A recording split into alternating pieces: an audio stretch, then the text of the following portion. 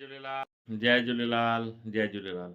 मां professor doctor संतोष खत्री अव्हां जे अॻियां हिकु कविता खणी आयो आहियां जंहिंखे अव्हां ध्यान सां ॿुधंदा ऐं अव्हांखे इहा कविता पसंदि अचे त मुंहिंजे हिन यूट्यूब खे ज़रूरु लाइक कंदा, कविता खे ज़रूरु लाइक कंदा।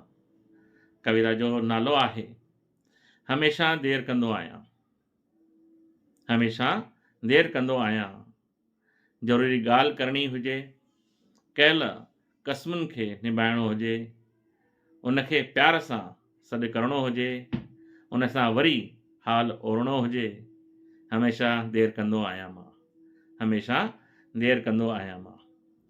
बदिलजंदड़ मौसमनि जे सफ़र में अगरि दिलि लॻाइणो हुजे, बदिलजंदड़ मौसमनि जे सफ़र में अगरि दिलि लॻाइणो हुजे, कंहिंखे यादि रखिणो हुजे, कंहिंखे विसारणो हुजे त हमेशह देरि कंदो आहियां मां। हमेशह देरि कंदो आहियां मां।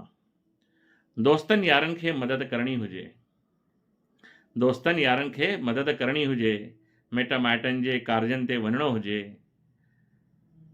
समाज जे एकता जी ॻाल्हि हुजे, समाज जे ॾिण वारनि खे मल्हाइणो हुजे त हमेशह देरि कंदो आहियां मां। हमेशह देरि कंदो आहियां मां। समाज लाइ कुझु करिणो हुजे, समाज जे लाइ कुझु करिणो हुजे, जय झूलेलाल चवणो हुजे, सिंधी सिखणी हुजे या सेखारणी हुजे, पंहिंजी ॿोलीअ सां वफ़ादारी करणी हुजे त हमेशह देरि कंदो आहियां मां। हमेशह देरि कंदो आहियां मां। जय झूलेलाल। आस कयां थो अव्हांखे हीअ कविता पसंदि आई हूंदी। जय झूलेलाल।